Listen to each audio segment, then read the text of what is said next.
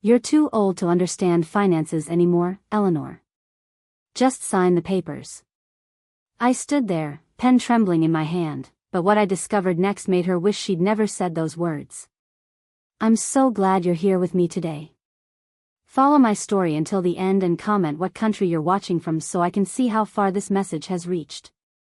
I never thought I'd see the day when I felt like a stranger in my own home.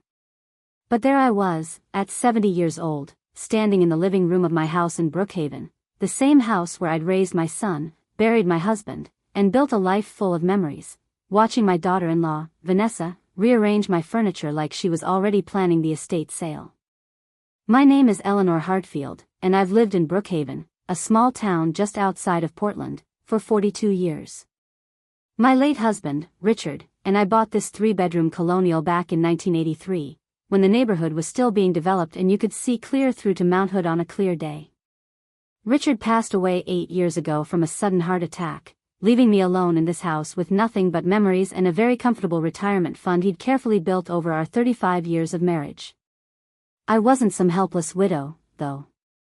Before I retired at 65, I'd spent 3 decades running Hartfield and Associates, a mid-sized accounting firm that served small businesses throughout the Portland metro area.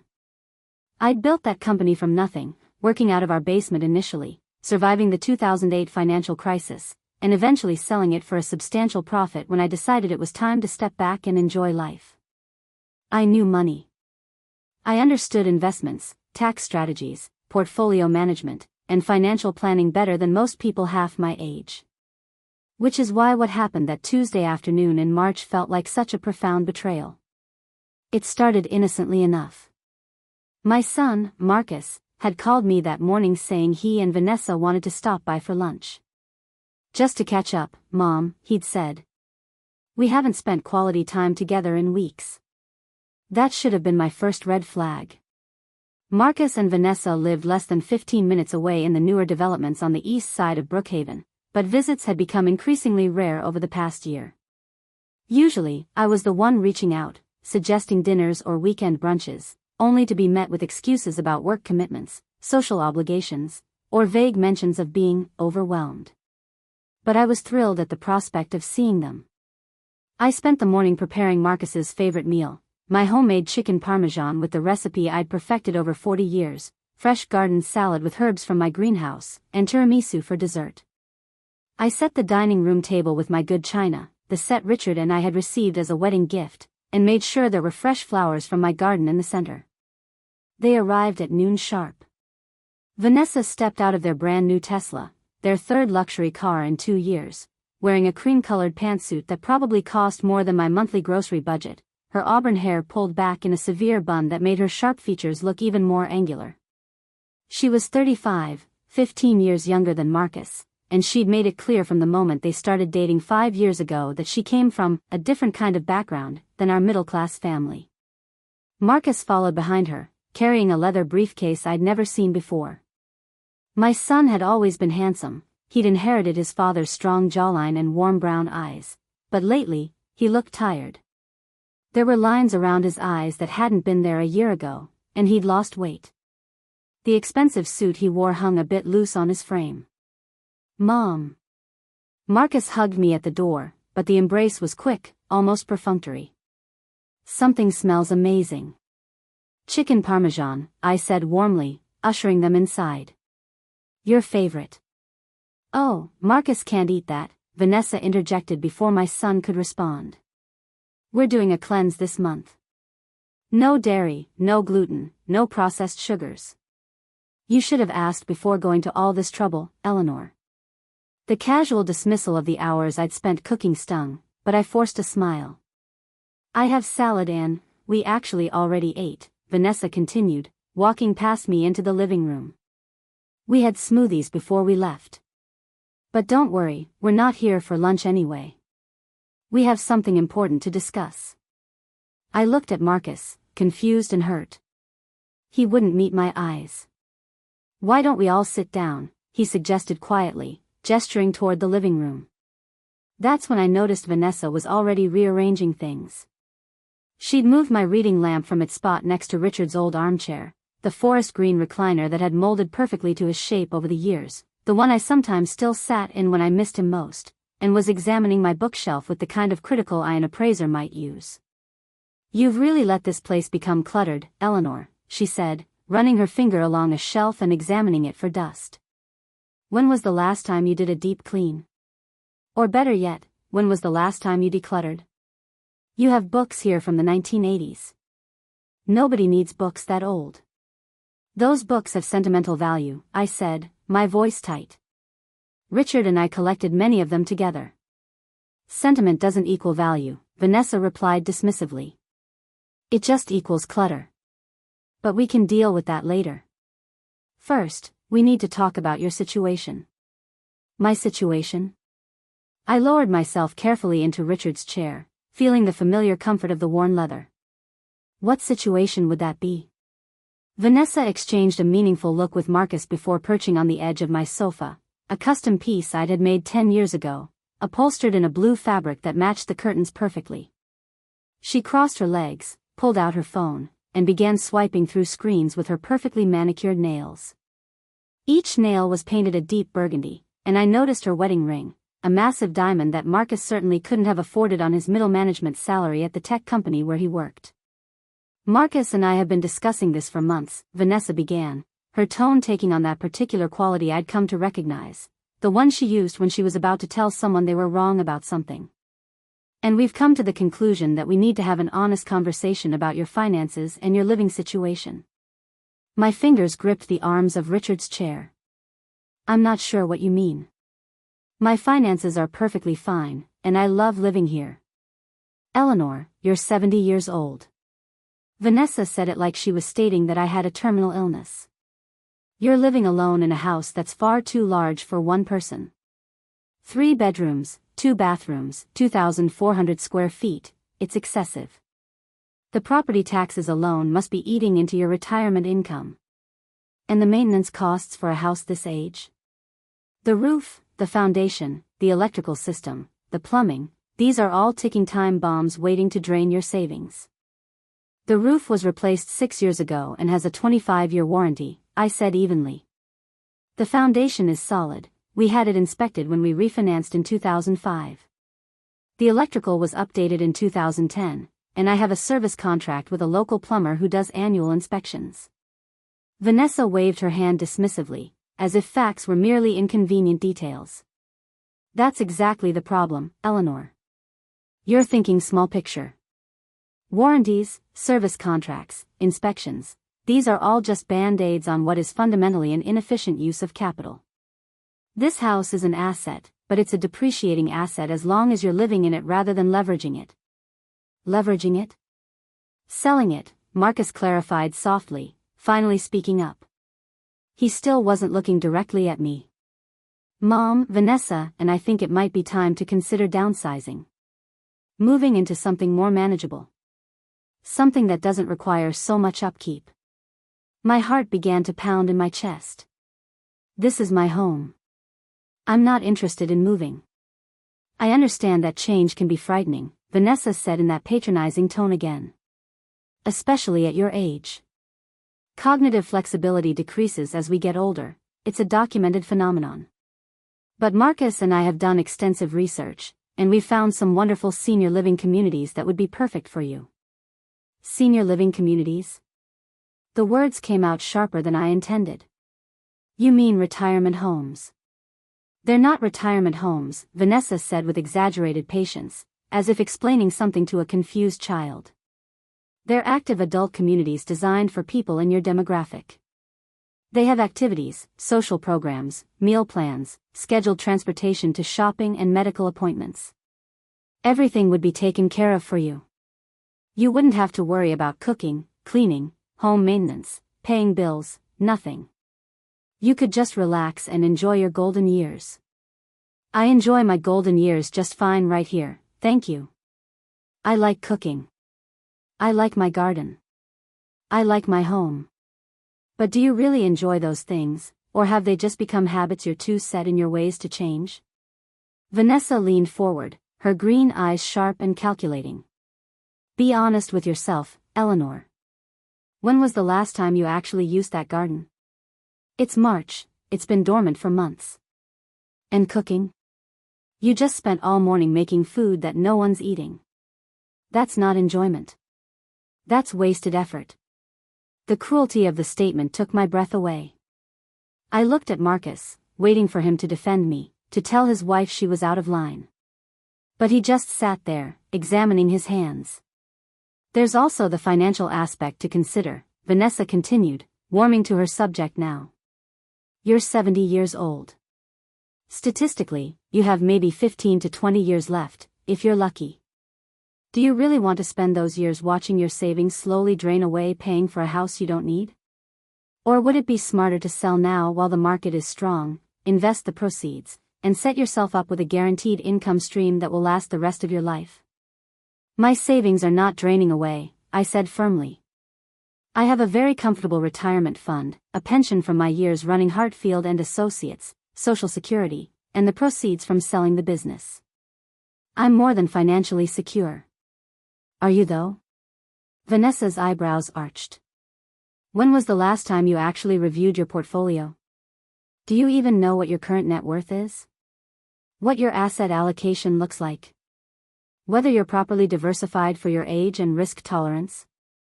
The truth was, I knew exactly what my net worth was, $2.3 million, give or take, depending on market fluctuations. My portfolio was conservatively invested, 60% bonds, 30% dividend-paying stocks, 10% cash equivalents. I met with my financial advisor, Walter Brennan at Brennan Financial Services, every quarter to review performance and rebalance as needed. I knew precisely how much I was spending each month, how much I was withdrawing from my accounts, and how long my money would last even if I lived to 100. But something in Vanessa's tone, something in the way she was looking at me like I was a problem to be solved rather than a person to be respected, made me hesitate to share those details. I have a financial advisor who manages those details, I said carefully.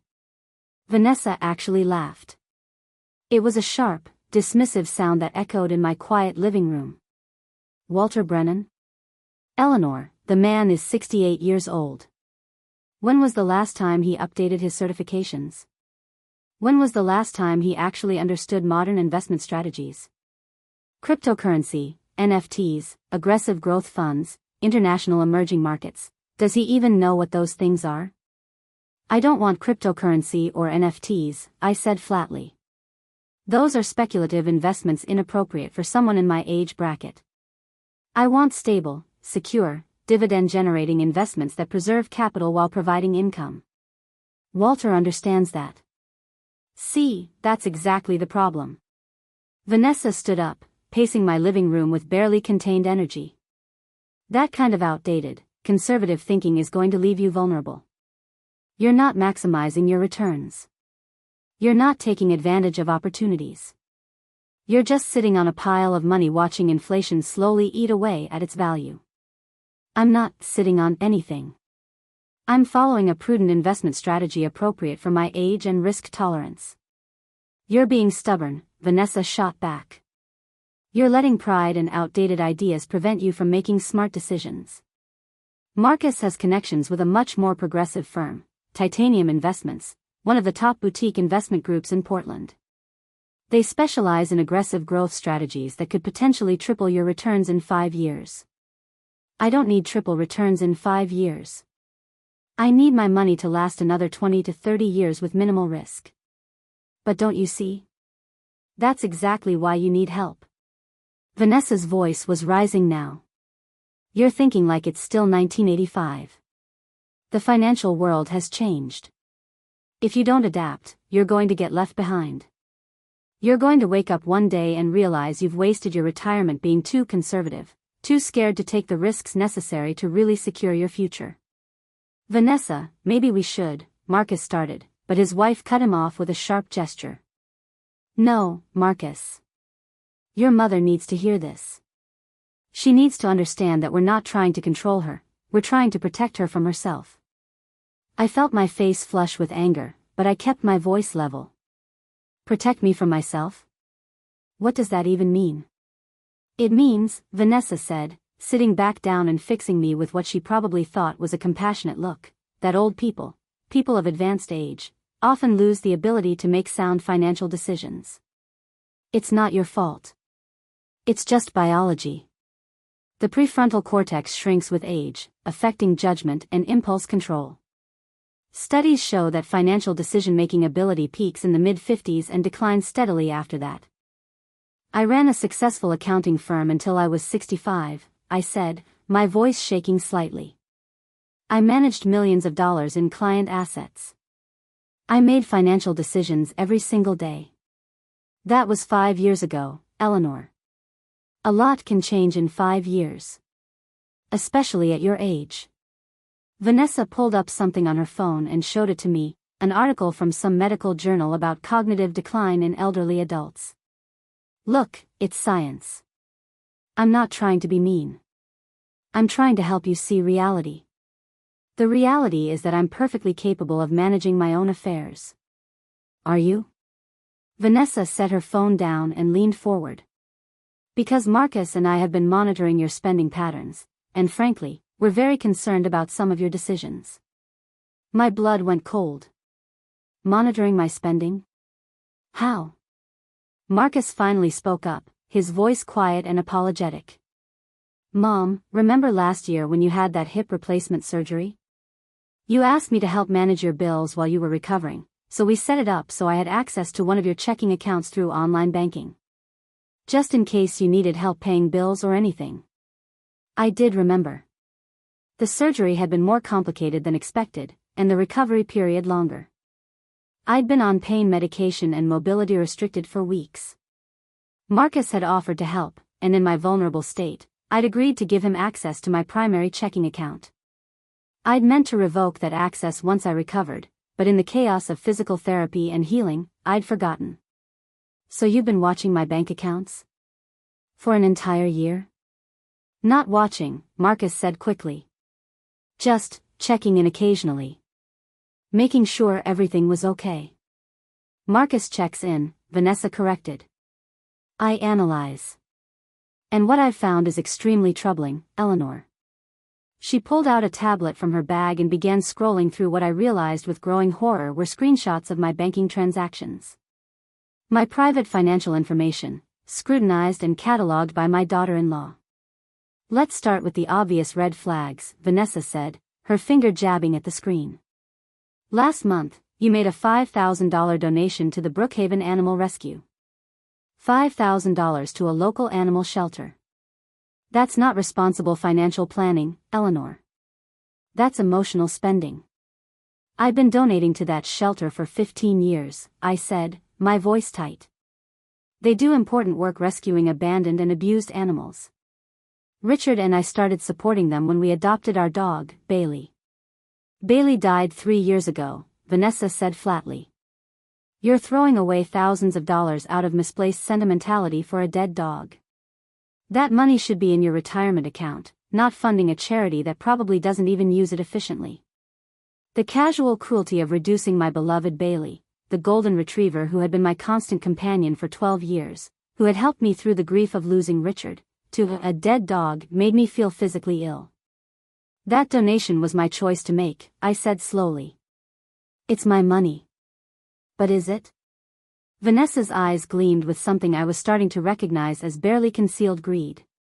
Is it really responsible to throw away thousands of dollars when you might need that money for your own care in the coming years? What happens when you need full-time nursing care? Or memory care? Those facilities cost $8,000 to $15,000 per month, Eleanor. Every dollar you waste on stray animals is a dollar you won't have when you really need it. I have long-term care insurance. And enough savings to cover any medical expenses I might incur. You think you do, Vanessa countered. But you're not accounting for inflation, for unexpected medical crises, for the possibility that you might live longer than you expect and outlive your savings. You're making decisions based on emotion rather than logic, and that's exactly why people your age shouldn't be in control of significant assets. There it was. The core belief underlying this entire conversation. Old people shouldn't have money. Let's look at other concerning expenditures, Vanessa continued, scrolling through my transactions like a prosecutor building a case. March 8th, $847 at Greenwood Garden Center. What could you possibly need that costs $847 at a garden center? Spring planting supplies. Seeds, soil amendments, a new trellis for my climbing roses, fertilizer. You already have a yard full of plants, Vanessa interrupted. Why do you need more? This is hoarding behavior, Eleanor. Accumulating things you don't need because you can't think clearly about what's actually necessary. Gardening is my hobby. It's what I enjoy. It's an expensive hobby for someone who needs to be conserving resources. Vanessa swiped to another transaction. March 15th, $320 at Riverside Books.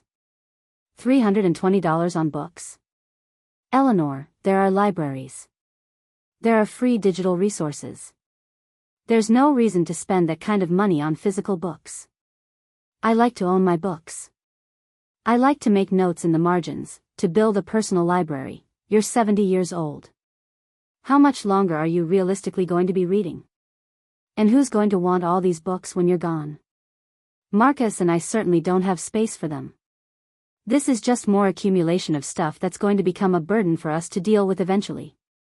The casual discussion of my death, of my belongings becoming their burden, hit me like a physical blow. I looked at Marcus, searching his face for any sign that he was uncomfortable with his wife's cruelty. But he just sat there, nodding along, as if Vanessa's every word made perfect sense. And then there's this, Vanessa said, her voice taking on a note of triumph. March 22nd, $287 at Bella Vita Italian Restaurant. For one person. Eleanor, did you really spend nearly $300 on a single dinner? I didn't go alone, I said quietly. It was my book club's monthly dinner. 8 of us. I offered to treat everyone. You offered to treat 7 other people to an expensive dinner? Vanessa's voice rose. Eleanor, do you have any idea how that looks? You're being taken advantage of. These so-called friends are using you as a free meal ticket. They see a lonely widow with money and they're exploiting your need for companionship. My book club members are not exploiting me. We rotate who pays for dinner each month. Last month, Judith paid. Next month, it will be Patricia. We've been doing this for 12 years. Or so they tell you, Vanessa said darkly. Have you actually kept track? Have you verified that everyone actually pays their fair share? Or do you just assume they do because you want to believe you have real friends? The insinuation that my friendships were fake, that I was so pathetic and lonely that I had to buy companionship, made my hands shake with suppressed rage. And here's another concerning pattern, Vanessa continued, oblivious to, or perhaps enjoying, my distress. You've made 6 separate $100 donations to various charities in the past month alone. The food bank, the women's shelter, the literacy program, the hospice foundation, the public radio station, the children's hospital. That's $600 in 1 month on charitable donations. That's $7,200 per year if this is a regular pattern. Do you understand how much money you're giving away? I understand perfectly. I'm giving money to causes I care about, causes that make my community better. You're hemorrhaging cash, Vanessa corrected. You're letting emotional impulses override financial common sense. And this is exactly why Marcus and I believe you need help managing your money before you give it all away. I took a deep breath, trying to maintain my composure. Vanessa, I appreciate your concern, but my charitable giving is carefully planned and budgeted. I allocate a specific percentage of my annual income to charitable donations, and I've been doing so consistently for decades. It's not impulsive. It's intentional. But it's still wasteful, Vanessa insisted. That money should be working for you, not funding other people's problems. You've spent your whole life working hard, building wealth. Now you're just giving it away to strangers instead of securing your own future or helping your own family. Helping my own family? I looked at Marcus. Is that what this is really about? You want me to give you money? No, Mom, that's not. Marcus started, but Vanessa cut him off again. We want you to be smart about your money, she said firmly. And part of being smart is recognizing that your family should be your priority, not random charities. Marcus is your son. Your only child. Don't you want to help secure his future? Our future. Marcus has a good job. A substantial salary. He seems to be doing fine financially. Vanessa's expression hardened. Things are more complicated than they appear, Eleanor. The cost of living in this area has skyrocketed. Our mortgage alone is $4,800 per month. Then there's the Tesla payment, my car payment, insurance, utilities, the country club membership, maintaining our social standing in the community. It all adds up. We're not asking you for a handout. We're suggesting that you restructure your financial priorities to include your family rather than throwing money at strangers. I felt a cold certainty settling in my chest. This wasn't about helping me. This was about getting access to my money. I think, I said slowly, that I would like you both to leave now. Eleanor, we're not finished, Vanessa began. Yes, we are. I stood up, my legs steadier than I'd expected. This is my house. These are my finances. And I'm asking you to leave. Vanessa stood as well, grabbing her tablet and shoving it back in her designer bag with jerky, angry movements. Fine. But you need to understand, Eleanor, that we're trying to help you. If you're too stubborn to see that, if you're too clouded by age-related cognitive decline to recognize that you need assistance, then we'll have to take other steps. What other steps? She smiled, and it was not a pleasant expression. We'll be back next week with some paperwork. Papers that will establish a conservatorship arrangement, giving Marcus legal authority to manage your finances and make decisions about your living situation. It's for your own good, Eleanor. Old people shouldn't have money they can't manage properly. It just leads to problems for everyone. My blood ran cold. A conservatorship? Marcus, you can't be serious about this. My son finally looked at me, and what I saw in his eyes was a mixture of guilt and resignation. Mom, we're just trying to protect you. If you won't accept help voluntarily, then we have to do what's necessary. What's necessary is respecting my autonomy and my rights. I'm not incompetent. I'm not suffering from dementia. I have every right to manage my own affairs. For now, Vanessa said ominously. But the process has already started, Eleanor. We have documentation of your questionable financial decisions. We have testimony from Marcus about your increasing forgetfulness and confusion. We have medical records from your hip surgery showing post-operative complications that affected your cognitive function. I had a bad reaction to pain medication that lasted 3 days. My doctor documented complete recovery. Your doctor documented what you told him, Vanessa corrected. But Marcus can testify to ongoing concerns. And once we file the petition, a judge will order a competency evaluation. Given your age and the evidence we've compiled, I don't think you'll pass. The threat hung in the air between us, clear and unmistakable. They were going to try to have me declared incompetent. They were going to try to take everything from me. Get out, I said, my voice shaking. Get out of my house right now. Vanessa walked toward the door, Marcus trailing behind her like a guilty shadow. At the threshold, she turned back. Think about what we've said, Eleanor. Really think about it. You can do this the easy way by cooperating and letting us help you, or you can do it the hard way, through the courts. Either way, the outcome will be the same. We'll be back next week. I suggest you use that time to come to terms with reality. The door closed behind them, and I stood in my living room, my home of 42 years, the space I'd filled with memories and love, and the life I'd built with Richard, feeling like the ground had dropped out from under me. I looked around at the things Vanessa had criticized. Richard's chair, worn but comfortable. My books, each one a companion and friend. The photos on the mantel documenting a life well lived. The view of my garden through the window, dormant now, but waiting for spring. This was my home, my life, my money, my choices. And my son and his wife thought they could take it all away. But as I sank back into Richard's chair, I felt something besides fear and hurt beginning to burn in my chest. Something harder. Something colder. They thought I was a confused old woman who didn't understand modern finance. They thought I'd be easy to manipulate, easy to control, easy to steal from. They had no idea who they were dealing with. I hadn't built a successful accounting firm by being naive. I hadn't survived in a male-dominated business world for 30 years by being a pushover.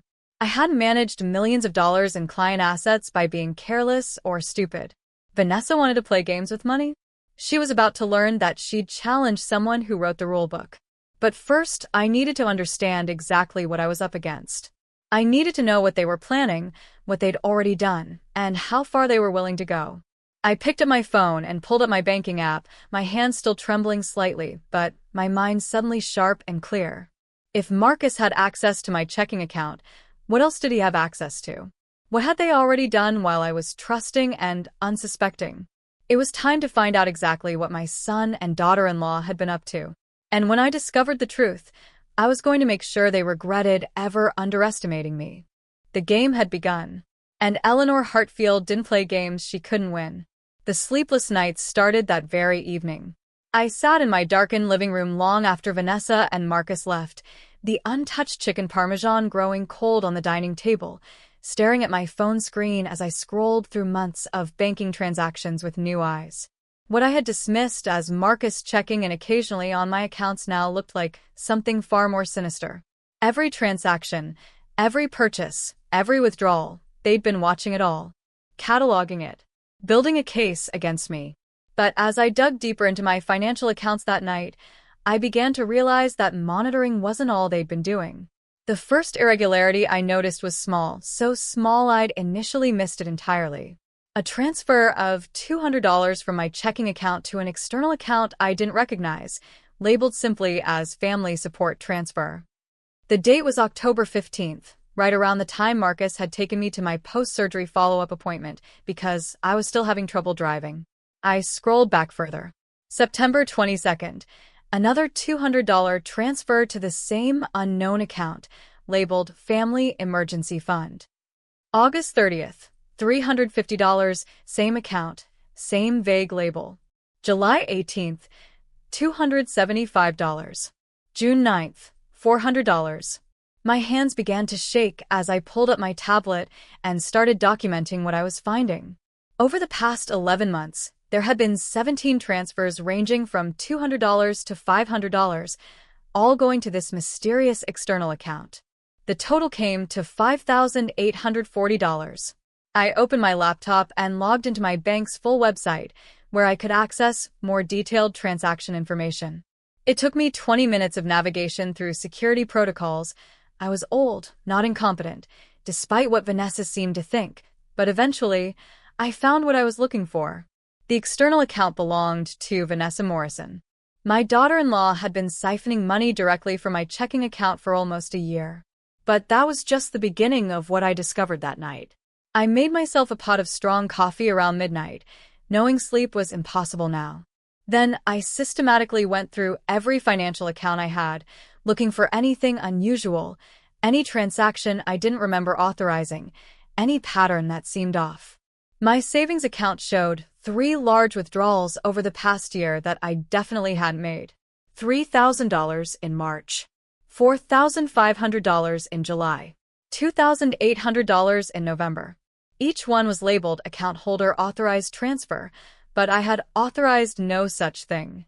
They'd all been transferred to the same account, Marcus's personal checking account, not our joint account from when I'd given him temporary access. The investment account Walter managed showed something even more disturbing. Someone had changed my beneficiary designation 6 months ago. Previously, Marcus was listed to inherit the account, but the funds were to remain in trust until he was 50, he was currently 48, or in case of genuine emergency, to prevent impulsive spending. Now the beneficiary was listed as Marcus Morrison, immediate full distribution upon account holder's death. The change also removed Walter Brennan as the trustee and replaced him with joint trustees, Marcus Morrison and Vanessa Morrison. I hadn't made that change. I hadn't even known about it. My hand was cramping from writing notes, but I kept going. My credit card statements revealed charges I'd never made. Small ones, mostly, $87 at a restaurant I'd never heard of, $156 at a clothing boutique I'd never visited, $243 at a spa in downtown Portland. They were small enough that I might have overlooked them in my monthly reviews, assuming they were legitimate charges I'd forgotten about. But I hadn't forgotten about them. I'd never made them. Someone had my credit card information. And given who had access to my financial accounts, it wasn't hard to figure out who. By 3 in the morning, I had compiled a list of unauthorized transactions totaling just over $18,000 over the past year. That was money I could document with certainty. How much more had they taken that I couldn't easily trace? How long had this been going on before I'd given Marcus access to my checking account during my surgery recovery? The betrayal cut deeper than the theft itself. This was my son. The baby I'd rocked through colicky nights. The boy I'd sat beside during homework sessions, attended every soccer game, cheered at every graduation. The young man I'd helped through his divorce from his first wife, supported during career setbacks, celebrated with during successes. And he was stealing from me. Or at least he was allowing his wife to steal from me while he looked the other way. I thought about the conversation from earlier that day, about Vanessa's casual cruelty and Marcus's passive complicity. The pieces were falling into place now. The expensive Tesla they couldn't afford on his salary. The luxury purchases. The country club membership that costs more annually than many people earned in months. They weren't living beyond their means. They were living off my means. And now they wanted more. They wanted control of everything. The conservatorship threat suddenly made perfect sense. If they could have me declared incompetent, they wouldn't have to sneak around making small, unauthorized transfers. They'd have legal authority to manage and spend every penny I had. I made myself a second pot of coffee as dawn broke over Brookhaven, painting my garden in shades of pink and gold. The spring bulbs I'd planted last fall were just beginning to emerge, daffodils and tulips pushing through the soil, seeking the light. There was something defiant about those flowers, I thought. Something that refused to stay buried. I understood the feeling. By 7 in the morning, I'd made a decision. I needed help, and I needed it from someone who couldn't be manipulated or intimidated by Marcus and Vanessa. Someone who understood both the financial and legal implications of what I discovered. I picked up my phone and dialed a number I hadn't called in over 2 years. Brennan Financial Services, this is Walter Brennan speaking. Walter, it's Eleanor Hartfield. I'm sorry to call so early, but I need to see you today. It's urgent. There was a pause. Walter and I had worked together for nearly 20 years, first when he'd managed investments for my accounting firm, then later for my personal portfolio. He was one of the few people who truly understood my financial situation and my goals. If Vanessa thought he was outdated, she was a fool. Walter had forgotten more about money than she'd ever learn. Eleanor, you sound upset. What's going on? I'd rather discuss it in person. Can you meet me at your office at 9? For you, absolutely. I'll see you then. I hung up and looked around my living room. The morning light was streaming through the windows now, illuminating Richard's chair, my bookshelves, the photographs of a life well lived. Vanessa had dismissed all of it as clutter, as sentiment masquerading as value. But she was wrong. These things represented more than monetary worth. They represented memories, love, identity, purpose.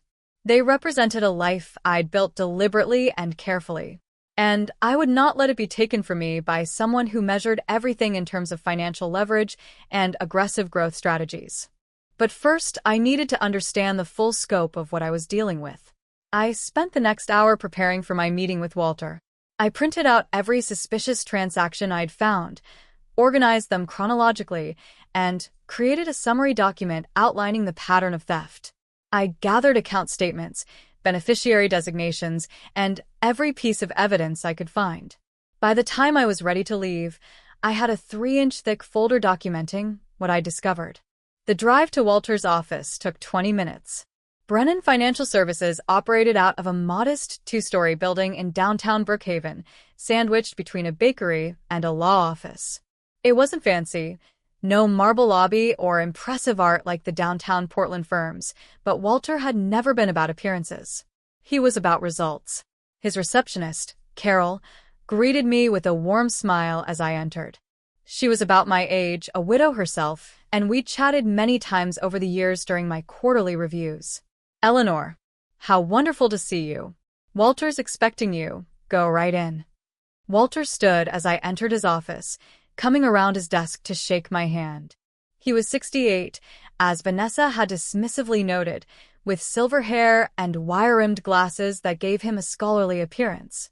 But his eyes were sharp and alert, and his handshake was firm. "Eleanor, please sit down. You look exhausted. When's the last time you slept?" "Honestly, I'm not sure." I settled into the chair across from his desk and set my folder down. "Walter, I need your help with something that goes beyond normal financial planning." "I'm listening." I opened the folder and began walking him through what I discovered. The unauthorized transfers, the changed beneficiary designations, the credit card charges I'd never made. Walter's expression grew increasingly grim as I spoke, making notes on a legal pad, occasionally asking clarifying questions. When I finished, he sat back in his chair and removed his glasses, rubbing the bridge of his nose. "Eleanor, what you're describing is financial elder abuse. This is serious. This is criminal." "I know. But Walter, it's my son. And his wife. What am I supposed to do? Call the police on my own child?" "That's exactly what you should do," Walter said firmly. "Eleanor, I've known you for 2 decades. You're one of the sharpest financial minds I've ever worked with. The idea that you need a conservatorship is absurd. But if Marcus and Vanessa proceed with that petition, if they convince a judge to order a competency evaluation, things could get very complicated." "Can they actually succeed with that?" "I'm not incompetent. Legally, it's a high bar to clear," Walter said. "They need to prove that you're unable to manage your financial affairs due to cognitive impairment, mental illness, or physical incapacity. But Eleanor, the system isn't perfect. I've seen cases where family members convinced courts to grant conservatorship based on cherry-picked evidence and emotional testimony, especially when the person in question is elderly." The word hung in the air between us. Elderly. As if reaching 70 somehow automatically made me suspect, made my decisions questionable, made my autonomy negotiable. "What about the theft?" I asked. "Can we use that to stop them?" Walter tapped his pen against his notepad. "It's complicated. Yes, what they've done is illegal. But if you report it to the police, you're accusing your son of theft. That's going to permanently damage your relationship if it's not already damaged beyond repair. And there's always the possibility that they could claim you gave them permission for these transactions, that you're confused about what you authorized and what you didn't. It becomes he said. But the beneficiary changes, I definitely didn't authorize those." "True." And that's where things get interesting. Walter pulled out a file from his cabinet and opened it. "I keep meticulous records of all communications with clients. Every meeting, every phone call, every email. And I have notes from our last review in December, where you specifically confirmed that you wanted the trust provisions on Marcus's inheritance to remain in place until he was 50. You were very clear about that. So we have proof the changes weren't authorized. We have proof that you expressed different wishes to me just 3 months before the changes were made. That's not quite the same as proof of fraud, but it's strong evidence. The question is, how did they make the changes? They'd need to either forge your signature or have access to your account login credentials." I felt my face flush. "I keep a notebook with my passwords. In my desk drawer at home. Marcus would know where to find it." Walter sighed. "Eleanor, we need to change every single password you have. Today. Right now. And we need to revoke Marcus's access to your checking account immediately. Won't that tip them off that I know what they've been doing?" "Probably. But the alternative is letting them continue to steal from you while you build a case. How much more are you willing to lose while you investigate?" It was a good question. I thought about the conservatorship threat, about Vanessa's promise to return next week with paperwork. They were moving fast because they sensed I might resist. Every day I waited was another day they could drain my accounts, change more beneficiaries, set up more mechanisms to control my money. "You're right," I said. "We need to lock them out. Today." "Good. Let's start by securing your accounts." Walter turned to his computer. "I'm going to pull up your portfolio right now, and we're going to change every access credential. Then I'm going to call your bank and have Marcus removed from your checking account. Do you have power of attorney documents on file anywhere?" "I do. From when Richard died. But Marcus isn't named."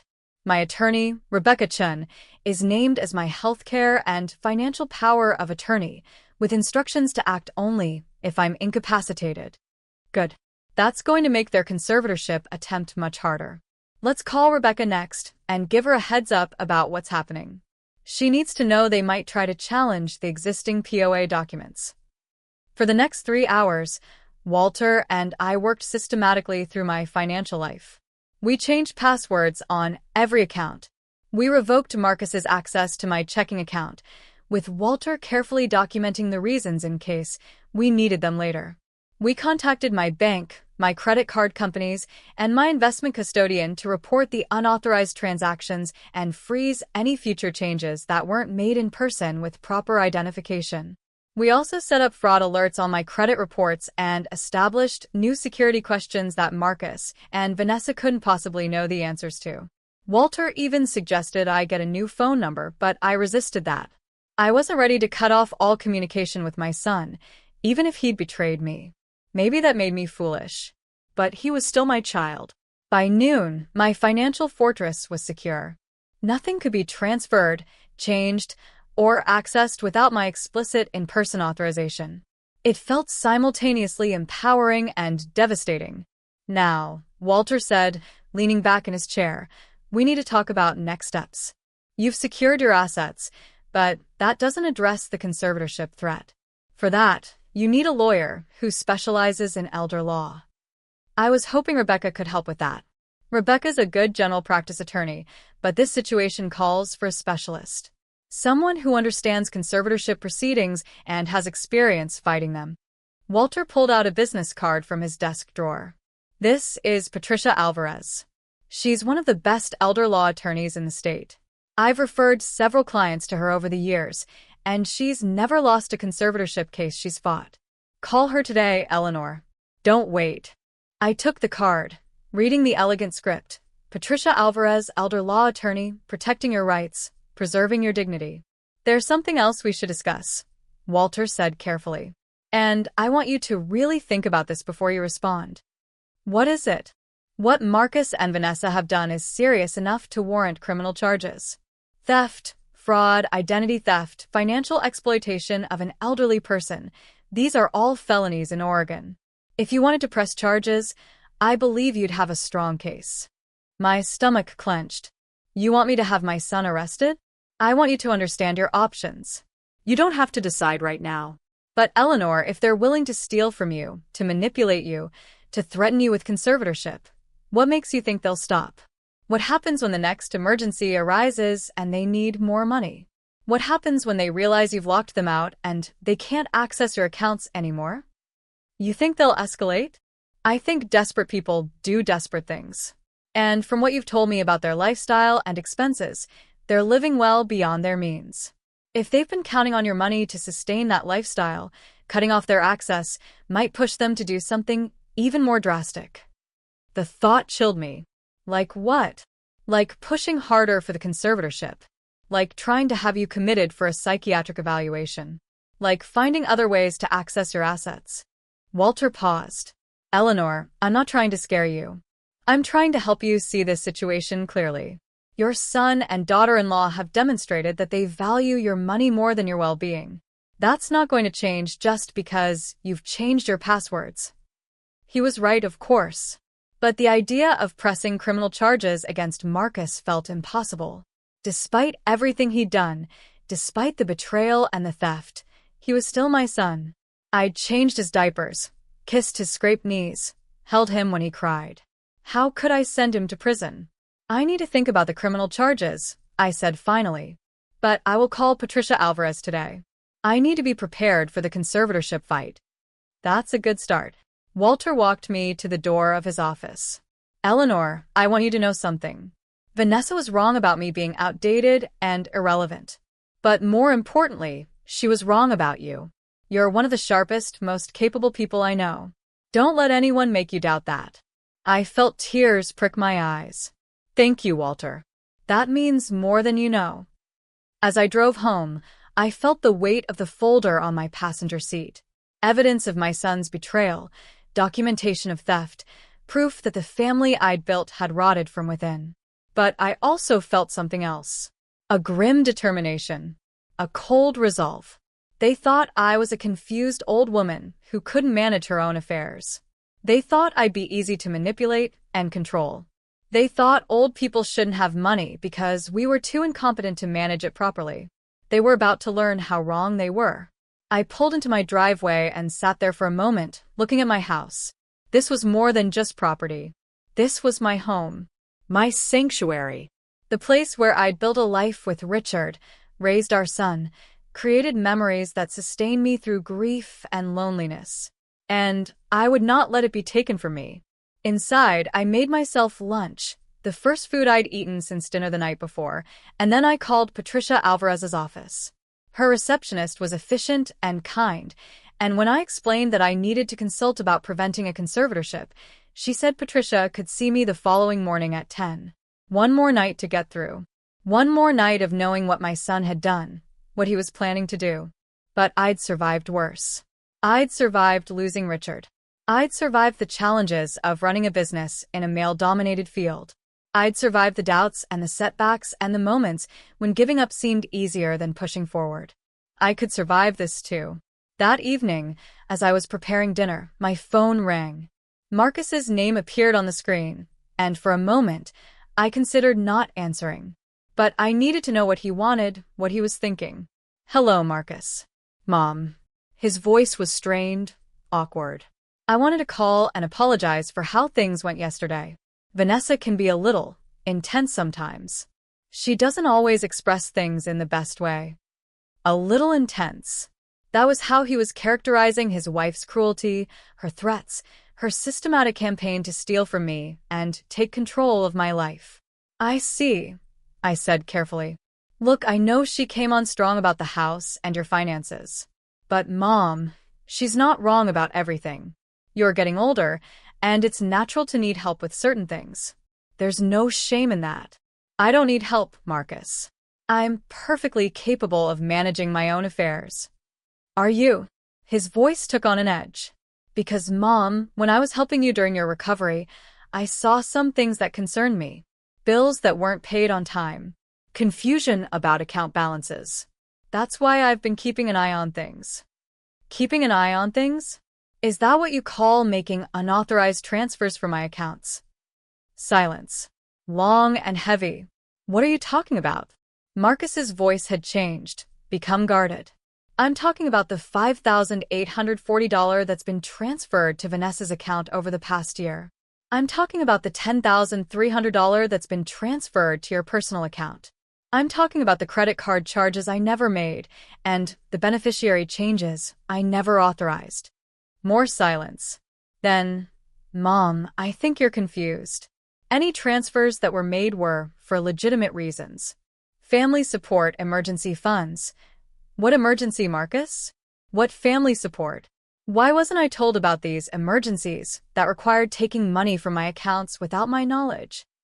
"You were having cognitive issues after the surgery. The pain medication affected your memory. I didn't want to burden you with financial details while you were recovering. My surgery was 11 months ago. I recovered fully within 6 weeks. Why did the transfers continue long after I was back to normal?"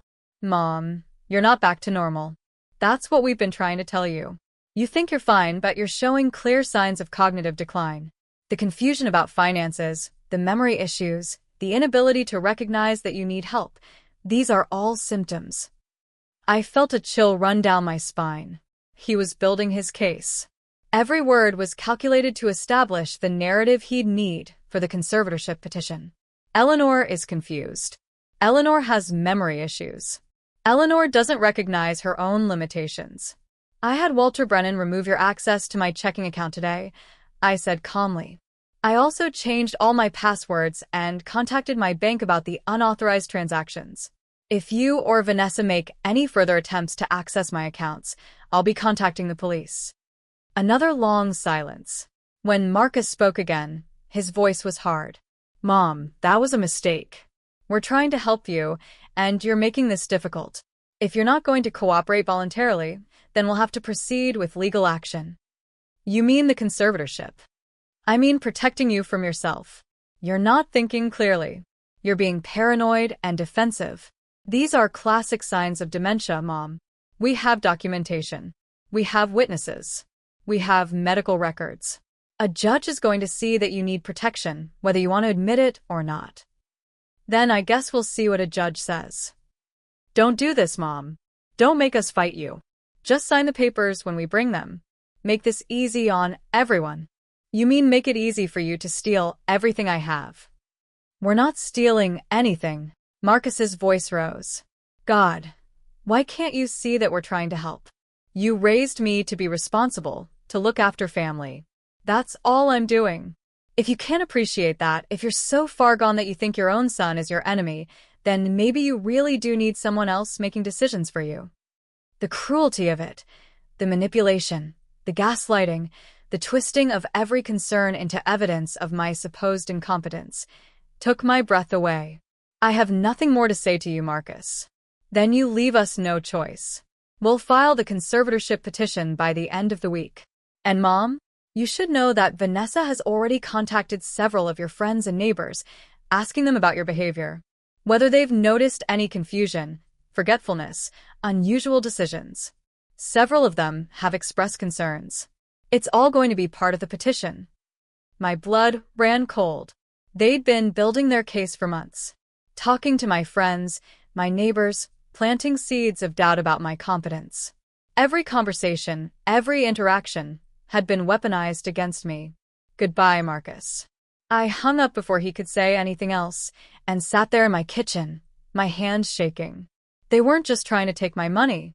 They were trying to take my reputation, my relationships, my entire social support network. They were trying to isolate me, to make me seem like a confused, paranoid old woman who needed to be protected from herself. It was a sophisticated strategy. And it might have worked if I hadn't discovered what they were doing. If I'd remained trusting and unsuspecting, their case might have seemed convincing to a judge who didn't know me. But I knew now. I understood the game they were playing, and I was going to beat them at it. I spent the rest of the evening calling people I trusted. My book club friends. My neighbors. My former business colleagues. I told them what was happening, what Marcus and Vanessa were planning, and asked them to document any conversations they'd had with my son or daughter-in-law about my supposed incompetence. Every person I called was shocked. Several were angry, having felt manipulated by what they now realized were leading questions designed to create evidence of my cognitive decline. Eleanor, Marcus asked me if I'd noticed you forgetting things. My neighbor, Dorothy, told me. I said everyone forgets things sometimes, and he acted like I'd just confirmed you had dementia. I feel terrible now. I had no idea what he was really asking. By the time I went to bed that night, I had a list of 6 people willing to testify on my behalf if needed. People who could confirm that I was sharp, competent, and fully capable of managing my own affairs. But as I lay in the darkness, staring at the ceiling, I couldn't help but think about what Walter had said. Desperate people do desperate things. Marcus and Vanessa had been counting on my money. They'd built a lifestyle they couldn't sustain without it. And now I'd cut off their access. What would they do next? I was about to find out. Because what I didn't know then, what I wouldn't discover until 2 days later, was that cutting off their financial access was only the beginning of this fight.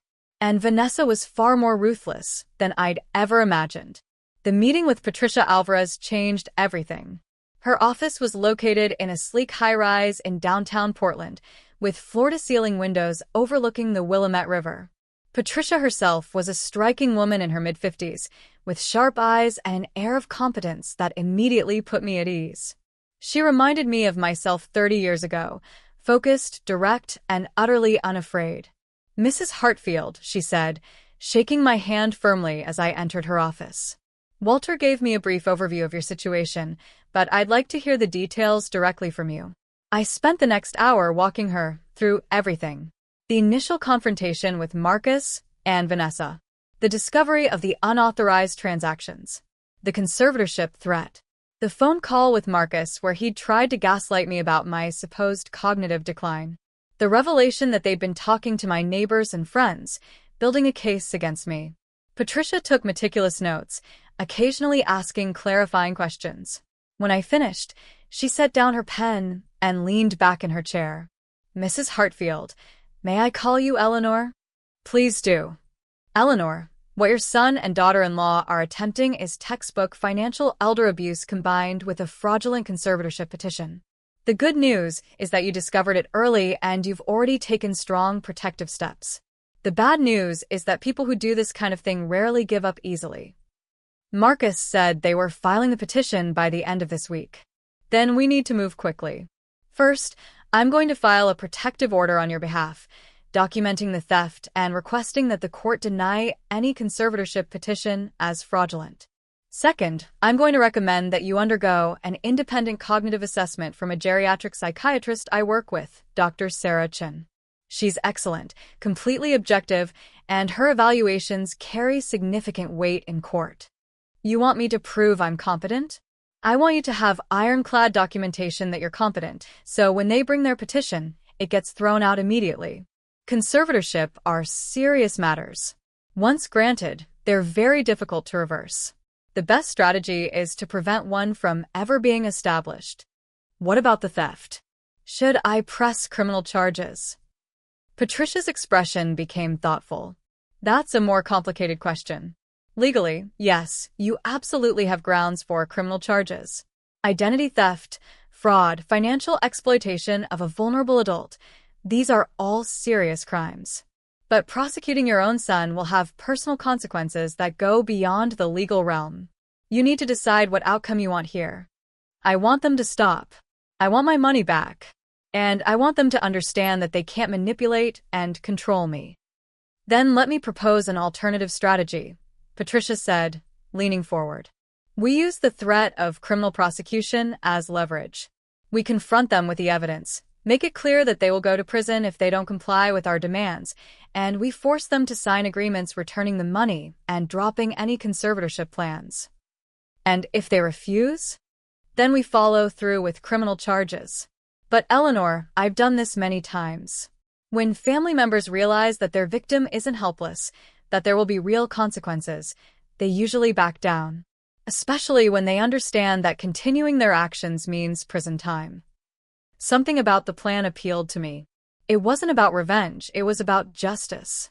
About making them understand that their actions had consequences. About reclaiming my power and dignity. Let's do it, I said. What do we need to prepare? Over the next 3 days, Patricia and I built an airtight case. Dr. Chin conducted a comprehensive cognitive evaluation that included memory tests, executive function assessments, financial competency evaluations, and a full psychiatric interview. The results were unequivocal. I showed no signs of cognitive impairment, dementia, or any condition that would justify a conservatorship. Mrs. Hartfield, Dr. Chin told me when she reviewed the results, you scored in the 95th percentile for your age group across all measures. Your cognitive function is exceptional. Anyone who suggests you're incompetent is either mistaken or lying. Walter Brennan provided detailed documentation of my financial history, including records of successful business management, prudent investment strategies, and decades of sound financial decision-making. He also provided his notes from our December meeting, where I'd explicitly stated my wishes regarding Marcus's inheritance, notes that directly contradicted the beneficiary changes that had been made without my authorization. Patricia gathered statements from 6 of my friends and neighbors, people Marcus and Vanessa had contacted in their fishing expedition for evidence of my supposed incompetence. Each statement affirmed my mental sharpness, my independence, and the leading nature of the questions Marcus had asked them. My bank provided records of the unauthorized transactions, including timestamps and IP addresses that proved many of them had been made from locations I'd never visited, but that matched the locations of Marcus and Vanessa's home and workplaces.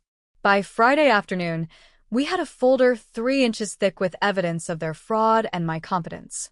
This is possibly the most comprehensive documentation I've ever compiled for a case like this, Patricia said with satisfaction.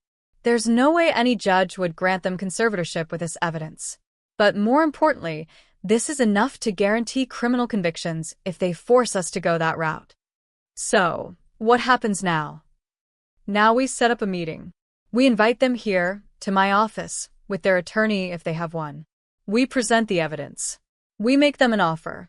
Return all the stolen money, drop any conservatorship plans, and sign an agreement never to attempt financial manipulation again or face criminal prosecution.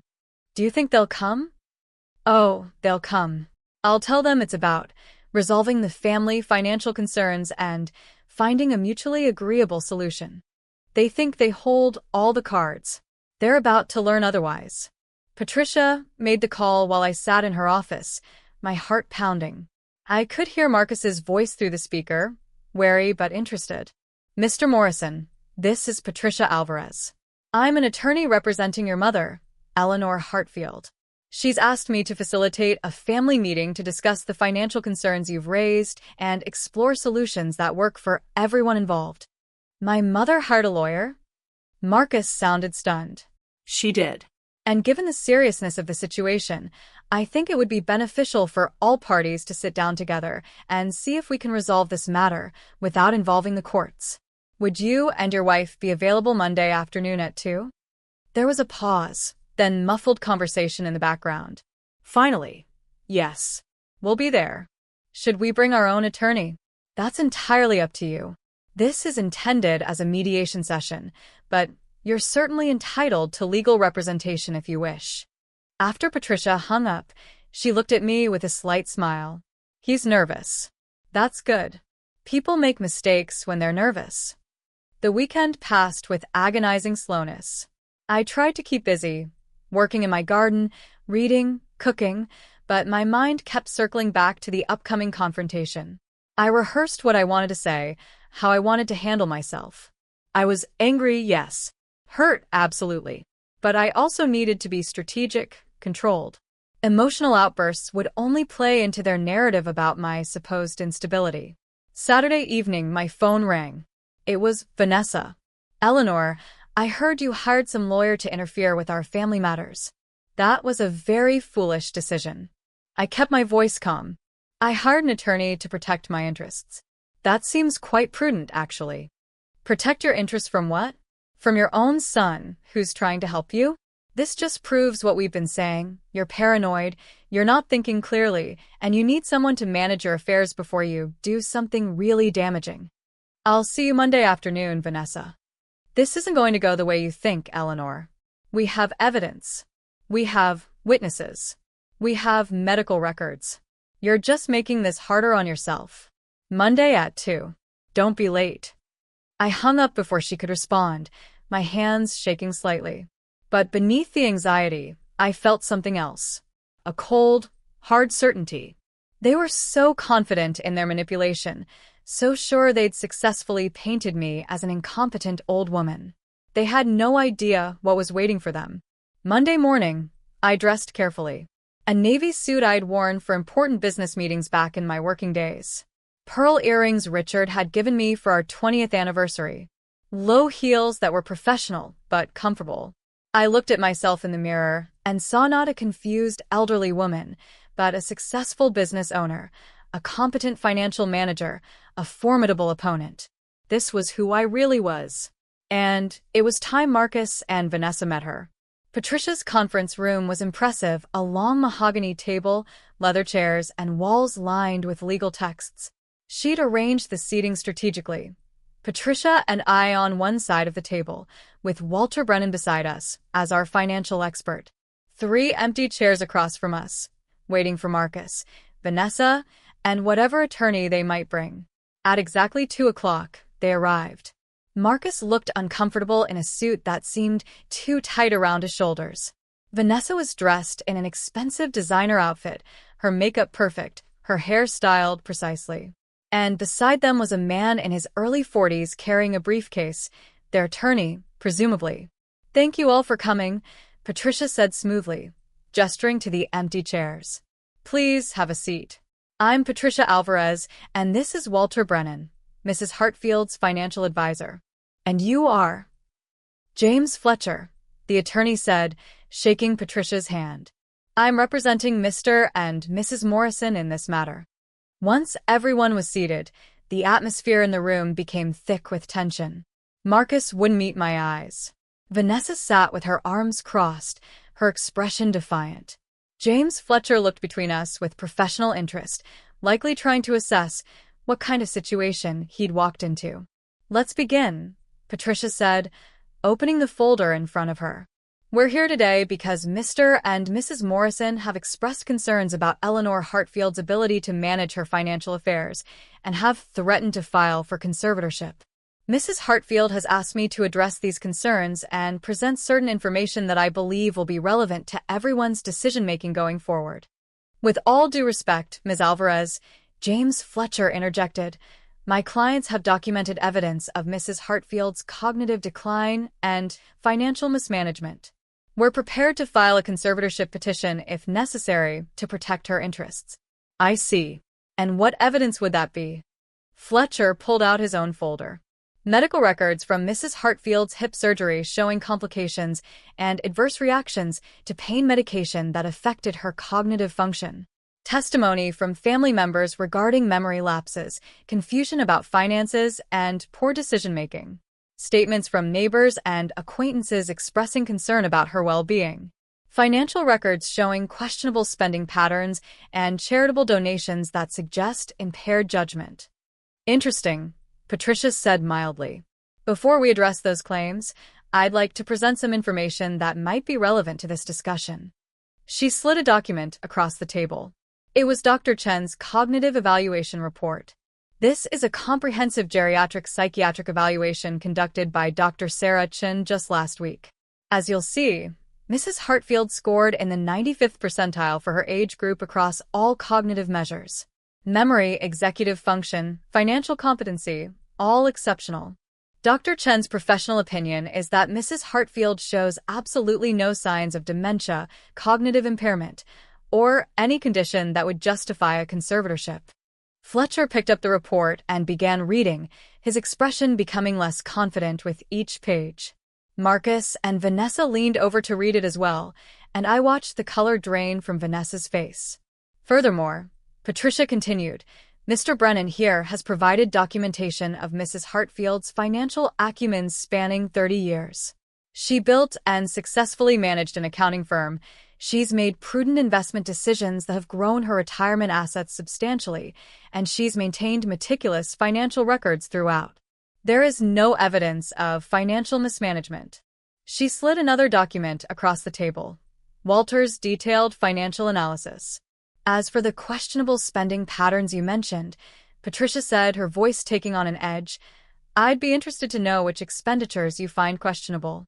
The charitable donations to legitimate nonprofits?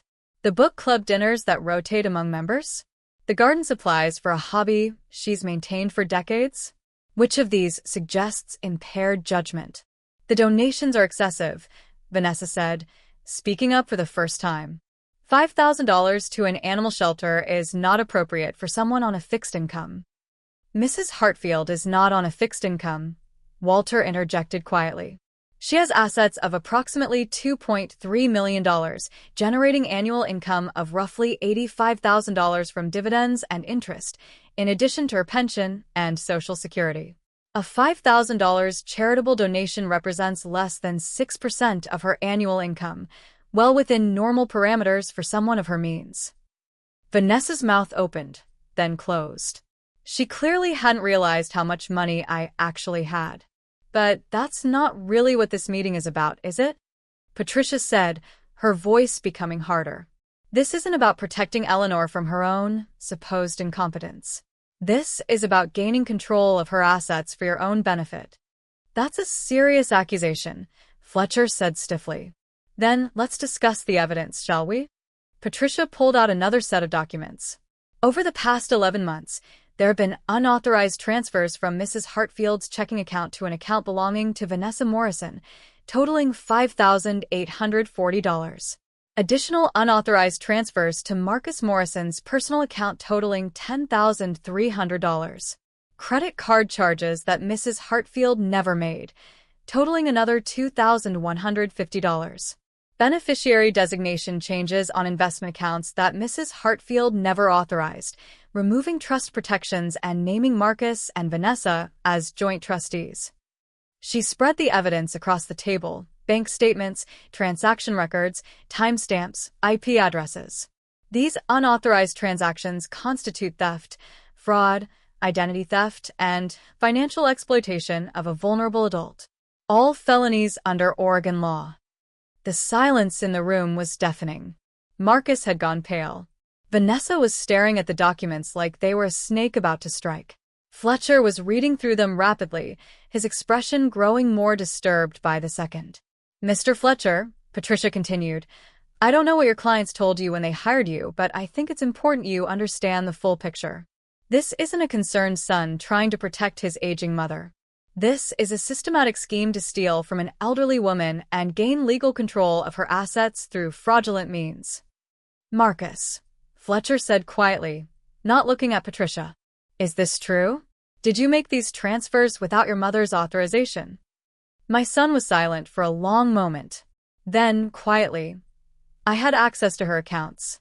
I thought she had memory problems after the surgery. I was trying to help manage her expenses. By transferring money to your wife's personal account." Patricia's voice was sharp. "By making charges on her credit card for your own purchases? By changing beneficiary designations in ways that directly contradict her stated wishes to her financial advisor?" "We needed help," Vanessa burst out. "Do you have any idea what it costs to live in this area? We have expenses, obligations. So you stole from Marcus's mother to pay for your lifestyle?" Patricia said flatly, "Let me be very clear about something. The evidence we have is sufficient for criminal prosecution. The district attorney would absolutely take this case.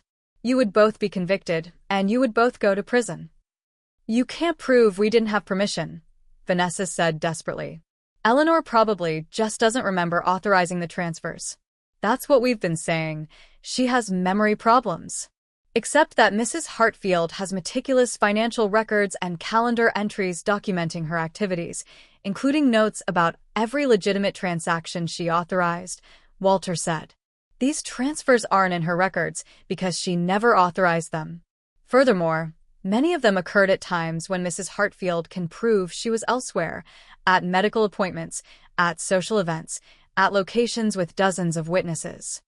"And the IP addresses from the unauthorized online transactions?" Patricia added. "They match your home and office locations, not Mrs. Hartfield's. So please, drop the pretense that she authorized any of this." Fletcher set down the documents and looked at his clients with barely concealed disgust. "Marcus, Vanessa, I need to speak with you privately." Now. "There's no need for that," Patricia said, "because I'm about to make you an offer, and you're going to want to hear it." She pulled out one final document, a settlement agreement she'd drafted. "Here's what's going to happen," Patricia said, her voice calm but implacable. "You will return every penny you stole, $18, $2.90 in total. You will sign a statement acknowledging that you made unauthorized transfers from Mrs. Hartfield's accounts. You will sign an agreement never to petition for conservatorship, power of attorney, or any other form of legal control over Mrs. Hartfield's finances or healthcare decisions. And you'll sign a contract stating that if you ever attempt anything like this again, Mrs. Hartfield has the right to immediately file criminal charges without any further warning." "And if we don't agree to this?" Vanessa asked, her voice shaking with fury. "Then we leave this office, drive directly to the police station, and file criminal charges. You'll both be arrested, probably within 24 hours. You'll be charged with multiple felonies. And given the strength of the evidence, you'll be convicted. Oregon takes elder abuse very seriously. You're looking at substantial prison time." "This is blackmail," Vanessa hissed. "No, this is justice," Patricia corrected. "Mrs. Hartfield would be entirely within her rights to press charges right now. What she's offering you is mercy, an opportunity to make this right without destroying your lives completely. But make no mistake, this offer expires the moment you walk out of this office. If you don't sign these agreements today, the next conversation happens at the police station." Fletcher was reading through the settlement agreement, his expression grim. Finally, he set it down and looked at Marcus and Vanessa. "You need to sign this," he said quietly. "We can fight this," Vanessa insisted. "We have witnesses, You have nothing," Fletcher interrupted sharply. "They have documented theft, fraud, and your own admissions on bank records. Any witnesses you've lined up to testify about Mrs. Hartfield's supposed incompetence will be destroyed by this cognitive evaluation and her financial history. If this goes to court, either criminal or conservatorship, you will lose. Badly. Sign the agreement. But the money, Vanessa said desperately. We can't just come up with $18,000. We don't have it. Then you'll need to find it, Patricia said unsympathetically. Sell something. Take out a loan. Get a second job. I don't particularly care how you do it, but you have 30 days to return the full amount, or the agreement is void and we proceed with criminal charges. I watched this exchange in silence, my heart pounding but my face calm. This was the moment. Either they would accept the consequences of their actions, or this would escalate to a level none of us could come back from. Marcus looked at me for the first time since the meeting began. Mom, please. We made mistakes, but we're family. Don't do this. You made the choice to steal from me, I said quietly. You made the choice to treat me like I was incompetent and incapable. You made the choice to try to take control of my life. These are the consequences of those choices. We were trying to help. You were trying to help yourselves, I interrupted. To my money. To my home. To everything I built over a lifetime of work. And when I discovered what you were doing, you threatened me with conservatorship rather than admit what you'd done. Mrs. Hartfield has been more than generous, Patricia said. She could have gone straight to the police. She could be pressing for maximum penalties. Instead, she's giving you a chance to make this right. I strongly suggest you take it. Fletcher pulled out a pen and set it in front of Marcus. Sign the agreement. And if we sign it, Vanessa asked, her voice small now. All the bravado gone. What happens to us? You return the money, you stay away from Mrs. Hartfield's finances, and you rebuild your lives without stealing from elderly relatives, Patricia said bluntly. That's it. That's the deal. But I want to be very clear. Mrs. Hartfield will be monitoring her accounts closely from now on. If so much as a penny goes missing without her explicit authorization, if you make any attempt to access her finances or interfere with her autonomy, the criminal charges will be filed immediately. This is your one and only chance. The silence stretched out. I could see the war playing out on Marcus's face, pride versus fear, denial versus reality. Finally, he reached for the pen. It took 20 minutes to sign all the documents. The admission of unauthorized transfers, the repayment agreement, the non-interference contract. With each signature, I watched my son's face grow more drawn, more defeated. When it was done, Fletcher gathered his copies of the documents and stood. I'll be withdrawing as counsel, effective immediately. I don't represent people who lie to me about the nature of their case. He left without another word, and suddenly it was just the four of us, Patricia, Walter, me, and the son and daughter-in-law who had betrayed me. You have 30 days to return the money, Patricia said. Wire transfer to the account listed in the agreement. If we don't receive full payment by the deadline, we file criminal charges. Is that understood? Marcus nodded silently. Vanessa just stared at the table, her face flushed with humiliation and rage. One more thing, I said, speaking directly to them for the first time since the meeting began. I want you to understand something. The reason I'm not pressing charges right now isn't because I've forgiven you. It's because despite everything you've done, you're still my son, Marcus. And I'm not willing to send you to prison if there's any possibility you can learn from this and become a better person. I stood up, gathering my things. But I will never forget what you did. How you made me feel. How you tried to steal not just my money but my dignity, my autonomy, my right to live my life on my own terms. You told me that old people shouldn't have money they can't manage properly. Well, you've just learned exactly who can't manage money properly, and it isn't me. I walked toward the door, then paused and looked back. You have 30 days. Don't make me regret giving you this chance. Patricia and Walter followed me out, leaving Marcus and Vanessa sitting in the conference room surrounded by the wreckage of their scheme. In the elevator down to the parking garage, none of us spoke. What was there to say? I'd won, but victory felt hollow. I'd protected my assets and my autonomy, but I'd lost my son in the process. Or maybe I'd lost him long before this, and I was only now accepting it. 28 days later, the full $18,290 was transferred to my account. They'd met the deadline with 2 days to spare. According to Patricia, they'd taken out a loan against their Tesla and maxed out 3 credit cards to come up with the money. I didn't care how they'd done it. I just cared that it was done. I never heard from Marcus or Vanessa again. No phone calls, no emails, no attempts at reconciliation. In a way, the silence was its own answer. They hadn't wanted a relationship with me. They'd wanted access to my money. Now that the money was off limits, I was no longer of any use to them. It hurt less than I'd expected. Maybe because I'd already done my grieving during those long nights of discovery. Maybe because I'd finally accepted that the son I'd raised, the boy I'd loved, had become someone I didn't recognize. 6 months later, I heard through mutual acquaintances that Marcus and Vanessa were divorcing. Apparently, the financial stress had destroyed their relationship. They'd lost the Tesla, downsized to a small apartment, and were both working extra jobs to pay off the debts they'd accumulated. Some people might have felt vindicated by that news. I just felt sad. Sad for the waste of it all. Sad for the destruction caused by greed and entitlement.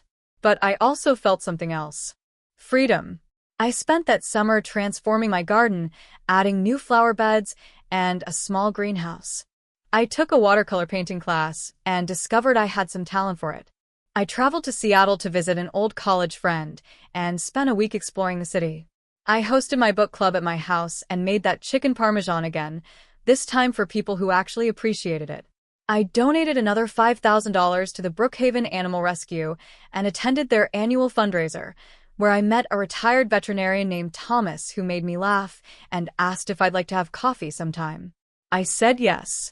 My house was still my sanctuary, my garden still brought me joy, and my bank account was still healthy. But more importantly, I'd reclaimed something that Marcus and Vanessa had tried to take from me: my dignity. They tried to tell me that old people shouldn't have money because we couldn't manage it properly. They tried to paint me as confused, incompetent, in need of protection for myself. Instead, they'd learned a valuable lesson. Underestimating someone because of their age is a costly mistake. I was 70 years old. I'd built a successful business. I'd raised a son alone. I'd survived loss and loneliness. I'd managed millions of dollars and made smart decisions for decades.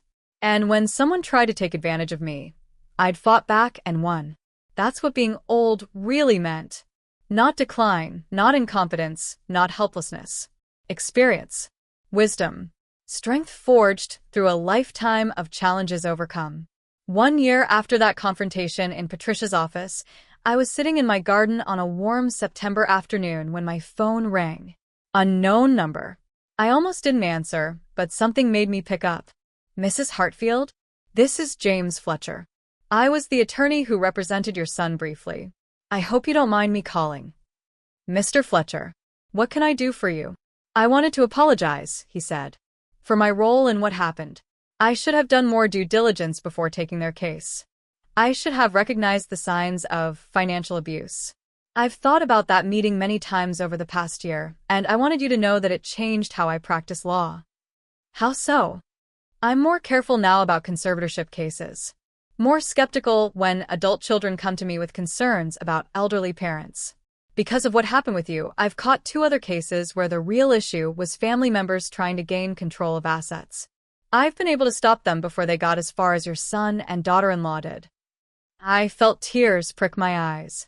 Something good had come from my nightmare after all. Thank you for telling me that, Mr. Fletcher.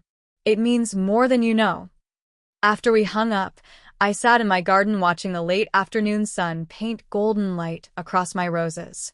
The ones Vanessa had dismissed as unnecessary, as hoarding behavior, as evidence of my supposed impaired judgment. Those roses had won their 4th county fair ribbon last month. I smiled to myself and went inside to start dinner. Thomas was coming over, and I was making my famous chicken parmesan. This time it would be appreciated by someone who valued me for who I was, not what I had. And that made all the difference. So now I want to ask you, the person who watched my story until the very end, What would you have done in my situation? Have you ever experienced something similar with family members? Have you seen elderly relatives taken advantage of by people they trusted? Comment below and let me know your thoughts. Share this story with anyone who might need to hear it, because financial elder abuse is more common than most people realize, and sometimes the best defense is knowing you're not alone. Thank you for listening to my story. Thank you for caring. And remember, age brings experience, wisdom, and strength. Never let anyone tell you otherwise. If you enjoyed this story, there are 2 other videos on the final screen that are channel favorites and will definitely surprise you. Thank you for watching until the end.